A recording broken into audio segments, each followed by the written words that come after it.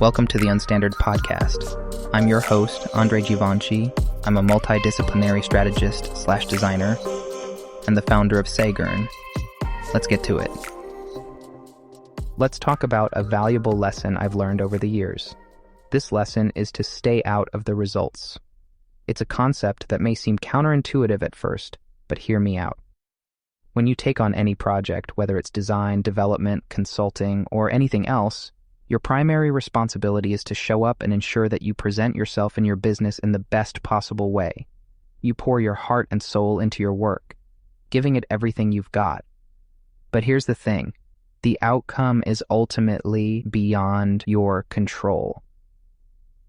Let me take you back to a story from my own life that profoundly shaped my understanding of this principle. So back in 2021, I found myself in a unique situation. For the first time in my decade-plus career of working as an external creative partner for startups, I had decided to work internally at a startup. An exciting new challenge with the opportunity to work alongside one of my old mentors. I threw myself into the project, putting my skills and creativity to the test. I poured my heart into the design work and was fortunate enough to see it recognized across 3 platforms, where I was the sole designer for 2 of them. Teams started referring to my contributions as Andre Magic. It felt like every pixel I touched turned to gold, even when the priorities shifted daily. I was relentless, always going to great lengths to advocate for the people we were creating for, showing up every day and giving my all for the vision, for the people, and most importantly, for myself. So you might think that my outcome was a resounding success story, right? Well, not quite. After taking bereavement leave to attend 2 back-to-back funerals within a 6-month period, losing 2 of the most phenomenal women who helped raise me, my grandmother and my second oldest cousin, I returned to work with the silver lining that my own birthday was only days away, and I was ready to dive back in with the engineering and product team. Then, on a call with the CTO, I was unexpectedly let go due to budgetary reasons. Talk about horrible timing. After receiving the news, I suggested my partner and I head to one of our favorite parks, so we did. We had a nice walk and had one of our typical conversations about any and everything under the sun. These conversations are some of my favorites, to be honest. Afterward, we sat and looked at the lake together, finding solace in that peaceful scenery. Up to that point, she had no idea what had happened, but I knew this place would help keep her calm and centered, especially since we had just moved into a new place and already made some plans for the months ahead. I was right.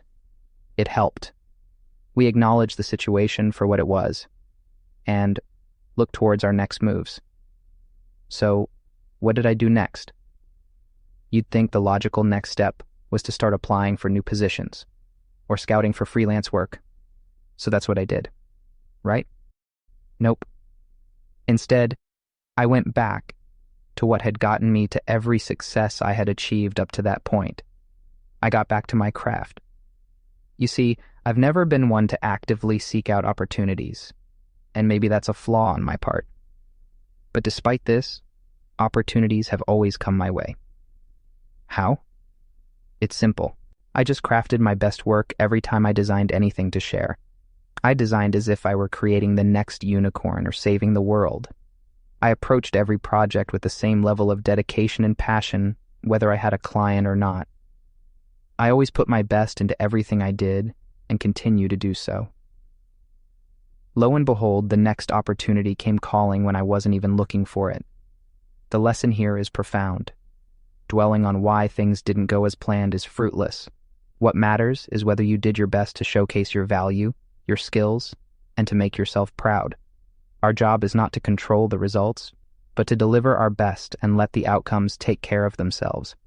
So, why is this lesson so difficult to embrace? Fear and frustration often cloud our vision. Fear of the uncertainties, the what-ifs that nag at us incessantly. Frustration when things don't go our way despite our best efforts. But let's flip the script. What if we focus on the excitement that comes with giving our all? the love and enthusiasm we have for our craft? What if we let that drive us rather than the outcomes we can't control? Staying out of the results is about purity of spirit and love for what you do. It's about showing empathy and understanding for yourself and your team. More importantly, it's about making a promise to yourself to be the best you can be, regardless of the outcome. By focusing on your preparations and passion, you foster growth, innovation, and excellence.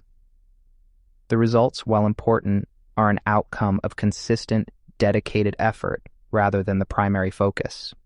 Remember, the higher purpose behind every project should be to create something truly remarkable, something that can make a positive impact.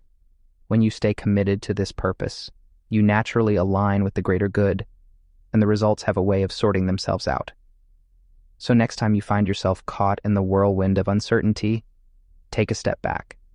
Show up, do your best, and let go of the results. In the end, it's the journey and the effort that define you, not the outcome. Keep showing up, keep crafting your best work, and remember that true success lies in the passion and dedication you bring to each endeavor. If you enjoyed this episode, share and subscribe for more. See you next time, but until then, sending you love, peace, and creativity.